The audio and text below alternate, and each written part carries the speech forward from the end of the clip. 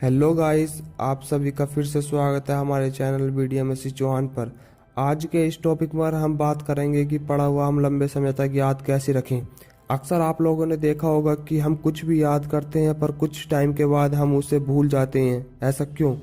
इस वीडियो को देखने के बाद आप कभी ऐसा नहीं बोलोगे कि हमें पढ़ा हुआ याद नहीं रहता।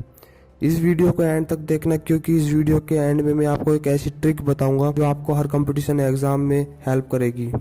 पॉइंट नंबर 1, जब भी आप पढ़ने बैठे तो आप एक कलर पेन, एक हाइलाइटर लेकर बैठे। इस चीज़ से आपको बहुत हेल्प मिलेगी, क्योंकि जब भी आप कुछ भी पढ़ रहे होंगे, अगर आपके सामने कुछ इंपॉर्टेंट पॉइंट्स या टॉपिक आ जाते हैं तो आप उन्हें हाईलाइट कर सकते हैं। ऐसा करने से हाईलाइट किए हुए पॉइंट आपके माइंड में ज़्यादा दिनों तक रहेंगे बिना हाईलाइट किए हुए पॉइंट के मुकाबले। एग्जाम्पल के तौर पर मैं आपको बता दूं कि आप किसी एक ब्लैक एंड व्हाइट सीनरी को देखें और फिर कलरफुल वाली सीनरी, इन दोनों में आपको कलरफुल वाली ज़्यादा दिनों तक याद रहेगी ब्लैक एंड व्हाइट वाली की तुलना में। अगर आपके पास कोई 20-30 पेपरों का टॉपिक या चैप्टर है और उसके इम्पोर्टेंट पॉइंट्स पर आपने हाईलाइट किया हुआ है, तो आपकी नज़र सबसे पहले उन पर जाएगी और वो आपके माइंड में एक तस्वीर की तरह छप जाएंगे। अगर वो आपने 2 से 3 बार पढ़ लिए तो आप उन्हें लॉन्ग टाइम के लिए रिमेम्बर कर सकते हैं। पॉइंट नंबर 2, जब भी आप कोई भी मूवी देखते हो तो वो आपको एक बार देखने से ही सारी मूवी की स्टोरी याद हो जाती है, और जब आप कुछ टॉपिक या चैप्टर पढ़ते हो तो वो आपके कुछ घंटे या फिर 1-2 दिन तक याद रहता है। ऐसा क्यों?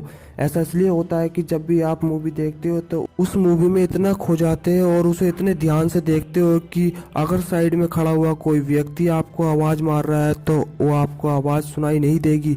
और पढ़ाई में ठीक इसका अपोजिट होता है। अगर आप पढ़ाई कर रहे हो, आपको किसी ने आवाज़ मारी या कुछ सामान गिर जाए तो आपका ध्यान पढ़ाई से हटकर उस चीज़ पर जाएगा। इस बात से यह पता लगता है कि आप पढ़ाई में कितना इंटरेस्ट ले रहे हो। पढ़ाई ऐसी करो कि उसमें खो जाएं। पढ़ाई ऐसी करो कि उसमें खो जाएं। सूर्यास्त का तो छोड़ो, यह पता नहीं कि सूर्योदय कब हो जाए। आज के इस दौर में पढ़ाई का सबसे बड़ा एनिमी ये फ़ोन है। छोटे छोटे बच्चे इतने बिगड़ते जा रहे हैं कि पढ़ाई से ध्यान हटाकर फ़ोन में लगा रहे हैं, तभी तो वो अपनी सफलता को नहीं पा रहे हैं। अगर वो फ़ोन का 50% भी पढ़ाई में इस्तेमाल कर लें तो वो बच्चे आगे चलकर अपनी सफलता पा लेंगे।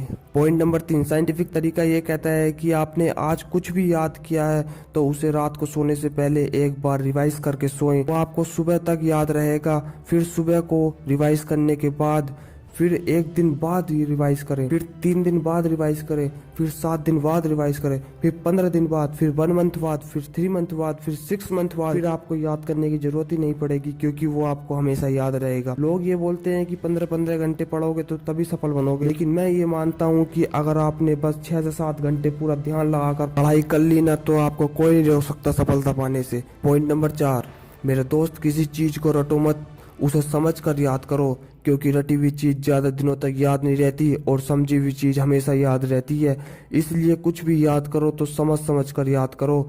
भले से ही वो थोड़ा याद हो, लेकिन समझ कर याद करो। ज़्यादा रट कर नहीं, थोड़ा सा समझ कर याद कर लो।